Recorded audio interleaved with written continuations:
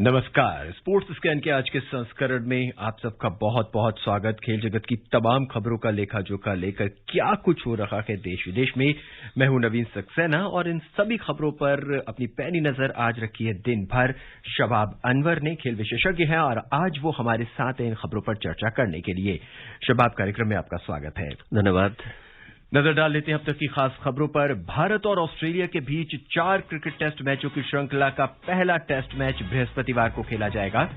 ICC की आज जारी ताजा टेस्ट रैंकिंग में 3 भारतीय बल्लेबाज शीर्ष 10 में पहुंच गए हैं।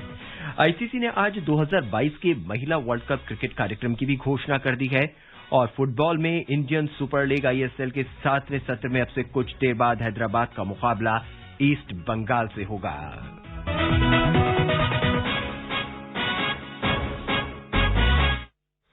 शबाब, भारत और ऑस्ट्रेलिया के बीच 4 क्रिकेट टेस्ट मैचों की श्रृंखला का पहला मैच 17 दिसंबर यानी परसों से खेला जाएगा। मैच एडिलेड में होगा, दिन रात्रि का मैच होगा। क्या कुछ होगा इस मैच में? देखिए, सबसे पहली बात तो यह है कि ये पहला मौका होगा जब विदेश में भारत पहली बार पिंक बॉल से खेलेगा। टेस्ट चैंपियनशिप चल रही है जिसके अंतर्गत ये मुकाबला होगा। और दूसरी महत्वपूर्ण बात यह है कि कई ऐसे उतार चढ़ाव ये इस कोरोना पीरियड में देखे गए हैं क्रिकेट की दुनिया में, जो कि वहां पर देखने को भी मिलेंगे, क्योंकि आईसीसी ने और ऑस्ट्रेलियन क्रिकेट बोर्ड ने दर्शकों को कुछ बैठने की अनुमति वहां पर दी है। तो ये एक महत्वपूर्ण बात होगी। और भारतीय दृष्टिकोण से अगर देखा जाए तो सबसे महत्वपूर्ण बात यह है कि भारत के पास ऑस्ट्रेलिया के विरुद्ध लगातार 3 यानी कि तीसरी टेस्ट श्रृंखला जीतने का मौका होगा। भारतीय टीम पूरे रंग में दिखाई दे रही है। हालांकि एक दिवसीय मैचों में हमने सीरीज हार दी, लेकिन T20 श्रृंखला में हमने कमबैक किया है और जिस तरह से भारतीय टीम इस समय ऑस्ट्रेलिया गई है, कुछ नए चेहरे नजर आएंगे, कुछ पुराने चेहरे भी अपने रंग में नजर आएंगे। बिल्कुल। वैसे विराट कोहली को पूरी श्रृंखला में होना चाहिए था, इस पर काफी बहस चली है, लेकिन बहरहाल पहले टेस्ट मैच के बाद विराट कोहली नजर नहीं आएंगे। और अगर नवीन लाल गेंद की अगर हम बात करें, ये तो पिंक बॉल होगा, तो 2019 में विराट कोहली का जो प्रदर्शन रहा है काफी खराब रहा है। तो इसको देखते हुए विराट कोहली के पास एक बहुत ही अच्छा मौका था अपने प्रदर्शन को सुधारने का, और जो आईसीसी रैंकिंग में वो दूसरे नंबर पर आ गए हैं, तो फिर ऊपर जाने का एक उनके पास मौका था। लेकिन कहा यह जाता है कि भारत, हर भारतीय के कण कण में उनका परिवार रचा बसा हुआ है, चाहे आप सेलिब्रिटी हो कोई भी हो। तो ये जो उन्होंने स्पेशल लीव ली है, निश्चित रूप से उसकी आलोचना नहीं की जा सकती, क्योंकि उस समय एक पत्नी के पास पति का होना बेहद जरूरी है। लेकिन हमने ये भी देखा है कि किस प्रकार से यही विराट कोहली जब रणजी ट्रॉफी की बात हुई थी तो बहुत सारी विपरीत परिस्थितियों को छोड़कर मैदान में आए थे और दिल्ली को जिताया था। तो दोनों चीजें अपनी जगह पर हैं, लेकिन इस समय मेरा ये मानना है कि विराट कोहली की भारतीय टीम को आवश्यकता है पूरी श्रृंखला में, लेकिन हालांकि ऐसा नहीं होगा। शबाब, भारतीय टीम जो पहला टेस्ट मैच खेलेगी उसमें रोहित शर्मा नहीं होंगे। ओपनिंग बल्लेबाजी यानी कहीं कि जो शीर्ष क्रम के बल्लेबाजों में वहां कहीं कमी महसूस होगी भारतीय टीम को। देखिए, हमने जो खबरें सुनी है उसमें मयंक अग्रवाल को पिंक बॉल से काफी कुछ वार्म अप करते हुए देखा गया है। तो मैं निश्चित रूप से तो नहीं कह सकता, लेकिन अगर मैं फाइनल 11 बनाता तो मयंक अग्रवाल को उसमें जरूर रखता, और मुझे उम्मीद है कि शायद मयंक अग्रवाल एक सलामी बल्लेबाज के रूप में हो। और उसके बाद काफी कुछ ऑप्शन है, केएल राहुल हैं, पृथ्वी शॉ एक अच्छे ओपनर के रूप में हैं। तो ये डिसाइड करना है प्लेइंग 11 का टीम मैनेजमेंट और विशेषकर कप्तान को। तो मयंक अग्रवाल एक नाम जो कि 15 की सूची में है, वो सलामी बल्लेबाज के रूप में नजर आ सकते हैं। और दूसरी जो महत्वपूर्ण चीजें वो ये है कि भारत के पास गेंदबाजी की भी धार बहुत अच्छी है, स्पिन हो और खास करके जो मध्यम गति की तेज गेंदबाजी है, वो ऑस्ट्रेलिया के अनुरूप अगर देखा जाए तो बहुत ही अच्छा प्रदर्शन वहां पर किया है। अगर हम 2-3 गेंदबाजों की अगर बात करें खासकर, तो मुझे ऐसे नहीं लगता कि बहुत ज्यादा परेशानी भारतीय टीम को होनी चाहिए इस श्रृंखला में। लेकिन चूंकि पहले टेस्ट के बाद विराट कोहली नहीं होंगे, फिर उसके बाद तीसरे टेस्ट से ज्वाइन करेंगे, चूंकि 14 दिनों का क्वारंटीन बहुत जरूरी है रोहित शर्मा के लिए, तो तीसरे टेस्ट से वो ज्वाइन करेंगे और उसके बीच में कुछ नए खिलाड़ियों को निश्चित रूप से मौका मिलेगा। लेकिन एक निरंतरता, जो कंसिस्टेंसी जो होनी चाहिए टीम में, वो इन कारणों से नहीं रह पाएगी। भारतीय टीम ऑस्ट्रेलिया को पिछले 2 टेस्ट श्रृंखला हरा चुकी है। ऐसे में भारत के पास उसके खिलाफ पहली बार लगातार 3 टेस्ट श्रृंखला जीतने का मौका है। सुनते हैं दीपिका की एक विस्तृत रिपोर्ट। टीम इंडिया ने पिछली बार ऑस्ट्रेलिया को उसी के घर में 3-1 से शिकस्त दी थी। भारतीय टीम की ऑस्ट्रेलिया में ये पहली टेस्ट श्रृंखला जीत थी। भारत ने ऑस्ट्रेलिया में अब तक 12 में से 8 श्रृंखला हारी और 3 ड्रॉ खेली हैं। भारतीय टीम को इस बार एडिलेड, मेलबर्न, सिडनी और ब्रिस्बेन में एक-एक टेस्ट खेलना है। 2018 के ऑस्ट्रेलियाई दौरे पर भारतीय टीम ने मेजबान को एडिलेड टेस्ट में 31 और मेलबर्न टेस्ट में 137 रन से शिकस्त दी थी। सिडनी में खेला गया श्रृंखला का आखिरी टेस्ट ड्रॉ रहा था। पिछली बार एक मैच पर्थ में खेला गया था जो ऑस्ट्रेलिया ने 146 रन से जीता था। इस बार ये मैच ब्रिस्बेन में खेला जाएगा। भारतीय टीम के कप्तान विराट कोहली पहले टेस्ट के बाद घर वापस आ जाएंगे। बाकी 3 मैच में अजिंक्य रहाणे कप्तानी संभालेंगे। ऐसे में पहले टेस्ट के बाद भारतीय टीम के लिए चेतेश्वर पुजारा, रहाणे, मयंक अग्रवाल, लोकेश राहुल और पृथ्वी शॉ की प्लेयर रहेंगे। पुजारा 2018 में मेजबान ऑस्ट्रेलिया के खिलाफ टेस्ट सीरीज में टॉप स्कोरर रहे थे। ऑस्ट्रेलिया के खिलाफ सबसे ज्यादा रन के मामले में टॉप 5 भारतीयों में मौजूदा टीम से अकेले पुजारा शामिल हैं। 2018 सीरीज के top wicket taker Jasprit Bumrah और मोहम्मद शमी के कंधों पर इस बार फिर गेंदबाजी का दारोमदार रहेगा। रविचंद्रन अश्विन, कुलदीप यादव, रविंद्र जडेजा और उमेश यादव को भी पिछले दौरे का अनुभव काम आएगा। पिछली श्रृंखला में बुमराह ने 21 और शमी ने 16 विकेट लेकर टीम को सीरीज जिताई थी। इस बार नवदीप सैनी और मोहम्मद सिराज पहली बार ऑस्ट्रेलिया का दौरा कर रहे हैं। शमी, बुमराह और उमेश के रहते दोनों में से किसी को भी प्लेइंग 11 में खेलने का मौका मिलना मुश्किल है। यदि इनमें से किसी को प्लेइंग 11 में चुना जाता है तो इनके पास अपनी जगह पक्की करने का बड़ा मौका रहेगा। Deepika Sharma, sports scan. शबाब, इस बार भारतीय गेंदबाजी जो है वो बहुत ही तेज तर्रार नजर आ रही है। अगर हम स्पिन की बात करें तो अश्विन है, कुलदीप है, जडेजा है और तेज गेंदबाजों की बात करें तो उमेश यादव है। हालांकि नवदीप सैनी और मोहम्मद सिराज को शायद इस बार मौका ना मिल पाए, जैसा कि और शायद ये पहला ऐसा मौका होगा, खास करके अगर हम मध्यम तेज गेंदबाजों की बात करें कि ऑप्शन मेरे पास है लेकिन हम टीम में ले नहीं पा रहे हैं उनको। सिराज ने काफी अच्छी गेंदबाजी का प्रदर्शन किया है। सैनी भी बहुत अच्छे युवा गेंदबाज हैं, लेकिन जो रिपोर्ट में बताया गया, निश्चित रूप से आपकी प्रियंका ने जो बताया वो ही होने जा रहा है, ये बिल्कुल सच है। तो शमी, बुमराह, उमेश, जडेजा, रविचंद्रन अश्विन और कुलदीप यादव, ये है वो भारतीय गेंदबाज जो अपनी गेंद का करिश्मा दिखाएंगे 17 तारीख से शुरू होने वाले एडिलेड में पहले टेस्ट मैच में। बढ़ते हैं अगली खबर की ओर। आईसीसी ने आज जारी की है ताजा टेस्ट रैंकिंग, जिसमें 3 भारतीय बल्लेबाज शीर्ष 10 में पहुंच गए हैं। ये भारतीय बल्लेबाजों के लिए बहुत खुशी का मौका है और ये भी दर्शाता है कि हमारी टीम मजबूत है। जी बिल्कुल, निरंतरता के साथ भारतीय बल्लेबाजों ने प्रदर्शन किया है। हालांकि उसमें से कई खिलाड़ी जैसे विराट कोहली कुछ टेस्ट नहीं खेले थे और उनका प्रदर्शन लाल गेंद से अच्छा नहीं रहा था 2019 से, लेकिन फिर भी उन्होंने अपना दूसरा स्थान बरकरार रखा है। और 3 बल्लेबाज अगर आप टॉप 10 में आपके आते हैं तो इसका मतलब है पूरी तरह से आप डोमिनेट कर रहे हैं विश्व क्रिकेट में। ये बात साबित करता है और हमारे बल्लेबाजों ने और गेंदबाजों ने भी दिखाया है। हमारे 2 ऑलराउंडर भी टॉप 10 में हैं, 2 गेंदबाज भी टॉप 10 में हैं। तो अगर सर्वश्रेष्ठ 10 क्रिकेटरों में आपका स्थान है इतने खिलाड़ियों को, तो इसका मतलब है कि पूरी तरह से भारतीय क्रिकेट की जो टीम है टेस्ट मैचों में अच्छा प्रदर्शन कर रही है निरंतरता के साथ। और इतिहास गवाह है। इसी ऑस्ट्रेलिया की बात करें, जैसा कि हम सब जानते हैं कि लगातार 2 श्रृंखला जीती ऑस्ट्रेलिया की सरजमीन पर ही भारत ने ऑस्ट्रेलिया को हराया था। तो पहले अगर 2 दशक पहले की बात करें तो एक सपना हुआ करता था ऑस्ट्रेलिया को ऑस्ट्रेलिया में हराने, या विदेश में भारत की जीत काफी मुश्किल मानी जाती थी। लेकिन इस मिथक को भारतीय क्रिकेटरों ने तोड़ा है। विशेषकर अगर देखा जाए उसमें महत्वपूर्ण योगदान विराट कोहली का रहा है कि जिस मैदान हो, जैसा भी पिच हो, जैसा भी कंडीशन हो, लगातार रन बनाते रहे और उसमें बहुत अच्छा साथ दिया उनके उपकप्तान ने। और उसके अलावा उसके पीछे भी आकर के देखें तो धीरे धीरे जो नए सिरे से टीम को आगे बढ़ाया है, तो उसमें एक बात साबित हो गई है कि गेंदबाजों ने भी बहुत ही अच्छा सहयोग दिया है विदेशी धरती पर जीतने के लिए। और ऑस्ट्रेलिया को तो पूरी तरह से भारतीय टीम समझ गई है। अब देखने वाली बात होगी कि जो स्लेजिंग अपशब्द जिसे हम कहते हैं, जिसके लिए भारत ऑस्ट्रेलिया श्रृंखला काफी मशहूर रही है, वो चीज इस बार कोविड के समय में देखने को मिलती है कि नहीं। हालांकि आईसीसी ने काफी चेतावनी दी है, दोनों ही टीमों के खिलाड़ियों के प्रबंधन को बताया है कि इस तरह की चीजें हालांकि क्रिकेट का एक हिस्सा है, लेकिन ना हो तो बेहतर होगा। हालांकि ये टिप्पणियां हम पहले ही सुन चुके हैं जब भारतीय टीम 1 दिवसीय मैच खेला और T20 खेला, वो हो चुका है। शबाब, अजिंक्य रहाणे पर संक्षिप्त टिप्पणी, उपकप्तान। अजिंक्य रहाणे एक ऐसे बल्लेबाज हैं जो मुझे लगता है कि भारतीय क्रिकेट के इतिहास में एक ऐसे खिलाड़ी होंगे, एक ऐसे क्रिकेटर होंगे, एक ऐसे बल्लेबाज होंगे जो सबसे ज्यादा फ्लक्चुएट हुए हैं। अगर देखा जाए तो पहले नंबर से लेकर छठे नंबर तक भी खेले और हर जगह उन्होंने पूरी निरंतरता के साथ, पूरी तन्मयता के साथ बल्लेबाजी की है। और मुझे तो ऐसा लगता है कि विराट कोहली का करियर बहुत लंबा है, अभी कुछ कहना बहुत मुश्किल है, लेकिन उसके बाद सही मानों में उनके जो नायब हैं वही हैं। हालांकि भारतीय टीम ऑन पेपर तो बहुत मजबूत नजर आ रही है, लेकिन देखना ही होगा कि ऑस्ट्रेलिया में किस तरह का प्रदर्शन करते हैं। आईसीसी ने आज टेस्ट रैंकिंग की जारी की है और उसमें कौन से भारतीय कितने उतार चढ़ाव झेले हैं, सुनते हैं प्रियंका को।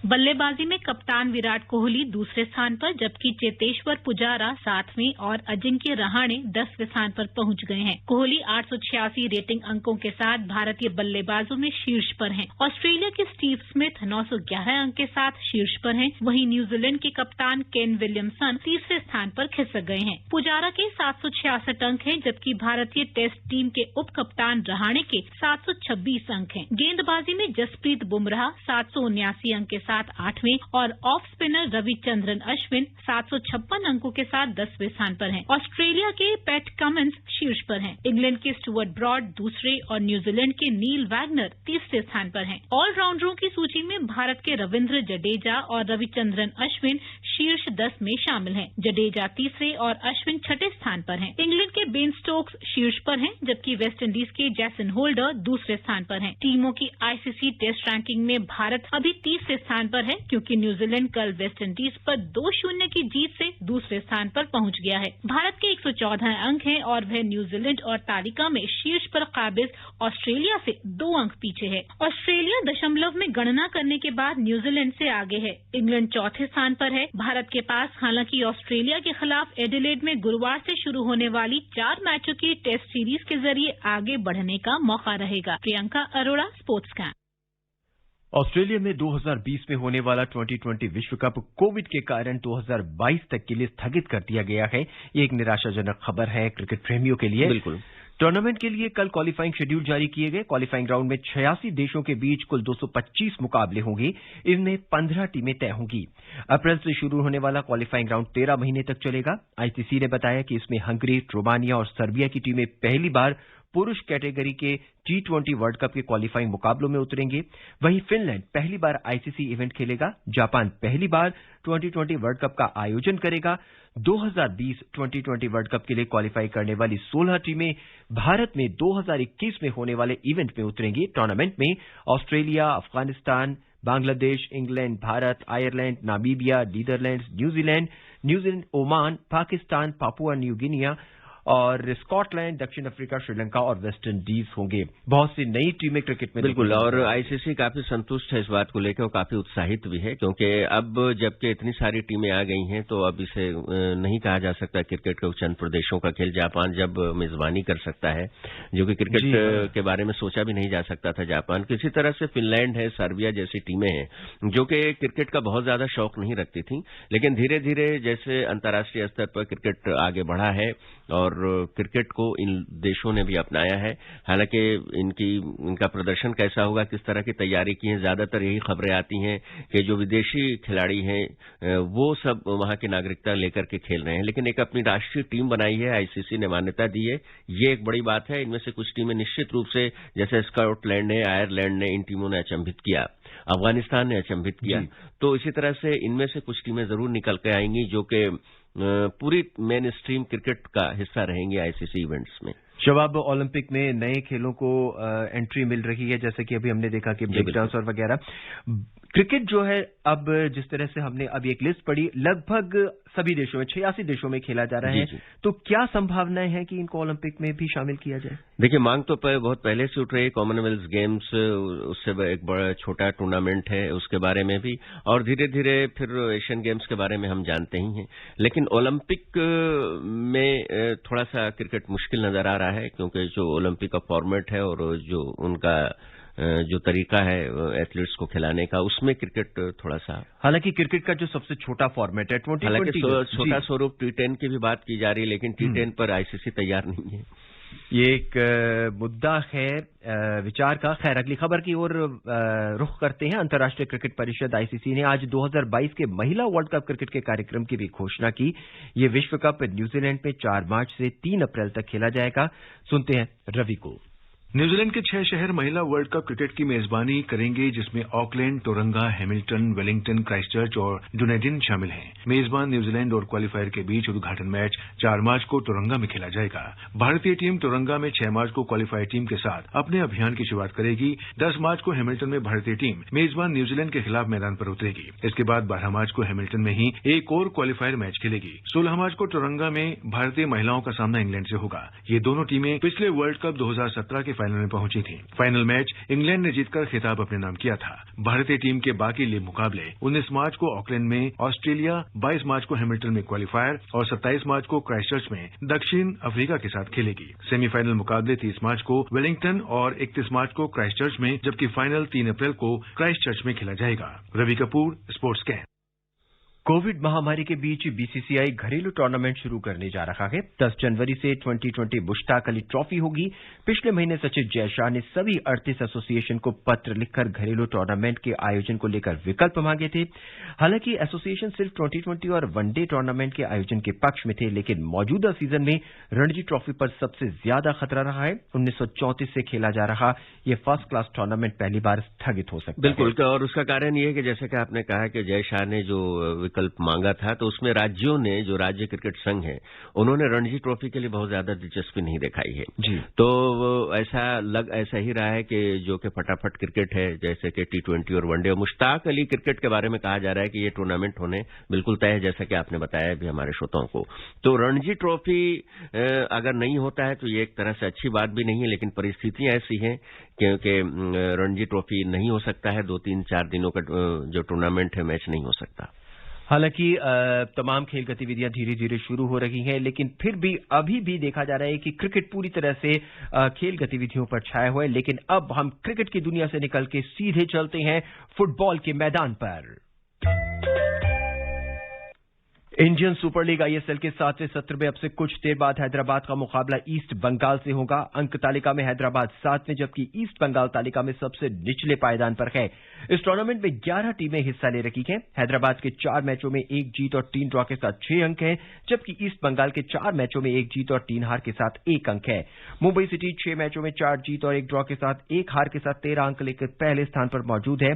कल जमशेदपुर एफसी और मुंबई सिटी एफसी के बीच खेला गया मैच ड्रॉ रहा। सुनते हैं कल के मैच पर एक विस्तृत रिपोर्ट अतहर की। मुंबई का इस सत्र का पहला ड्रॉ मैच था, जबकि जमशेदपुर ने इस सीजन में अपना चौथा मैच ड्रॉ खेला। मैच के 9वें मिनट में ही जमशेदपुर एफसी ने गोल करते हुए 1-0 की लीड ले ली। उसके लिए ये गोल नेरीजुस वॉल्सकिस ने किया। वहीं 15वें मिनट में मुंबई ने ऑगबेचे की गोल की मदद से 1-1 की बराबरी कर ली। मैच के 28वें मिनट में जमशेदपुर के मोनोराव को फाउल के लिए दूसरा पीला कार्ड दिखाया गया और वो मैदान से बाहर चले गए। यहां से जमशेदपुर को 10 खिलाड़ियों के साथ खेलना पड़ा। दूसरे हाफ के शुरुआती मिनट में मुंबई का दबदबा रहा। इस दौरान उसने कई अच्छे हमले किए, लेकिन जमशेदपुर के डिफेंस ने उन्हें सफल नहीं होने दिया और दोनों ही टीमें मैच के अंत तक और गोल नहीं कर सकी। अतहर सईद, स्पोर्ट्स कैन। और अब बात फुटबॉल की चैंपियंस लीग टूर्नामेंट की। यूएफए चैंपियंस लीग में कल राउंड ऑफ 16 के मैचों की घोषणा कर दी गई। लियोनेल मेसी की टीम बार्सिलोना अंतिम 16 में, नेमार की टीम पेरिस सेंट जर्मेन के साथ खेलेगी। वहीं ब्रायन ब्यूरिक का सामना इटली के फुटबॉल क्लब लाजियो से होगा। इससे पहले राउंड ऑफ 16 में बार्सिलोना और पीएसजी का सामना 2017 में हुआ था। फर्स्ट लेग में पीएसजी ने बार्सिलोना को 4-0 से हराया था। वहीं सेकंड लीग में बार्सिलोना ने पीएसजी को 6-1 से पराजित किया था। एग्रीगेट के आधार पर बार्सिलोना की टीम ने मैच 6-5 से जीतकर क्वार्टर फाइनल में जगह बनाई थी। तो ये थी वो खबरें जिन पर आज हमने चर्चा की और इन तमाम खबरों पर अपनी पैनी नजर आज दिन भर रखी। हमारे साथ खेल विशेषज्ञ शोएब अनवर ने, शाबाब अनवर ने। शबाब जी, आपका कार्यक्रम में बहुत बहुत स्वागत और धन्यवाद। धन्यवाद। चलते चलते एक नजर अब तक की खास खबरों पर। भारत और ऑस्ट्रेलिया के बीच 4 क्रिकेट टेस्ट मैचों की श्रृंखला का पहला टेस्ट बृहस्पतिवार को खेला जाएगा। आईसीसी की आज जारी ताजा टेस्ट रैंकिंग में 3 भारतीय बल्लेबाज शीर्ष 10 में पहुंच गए हैं। आईसीसी ने आज 2020 के महिला वर्ल्ड कप क्रिकेट कार्यक्रम की घोषणा की और इंडियन सुपर लीग आईएसएल के 7वें सत्र में हैदराबाद का मुकाबला ईस्ट बंगाल से हो रहा है। आज के इस कार्यक्रम में बस इतना ही। इजाजत दीजिए नवीन को। धन्यवाद, नमस्कार।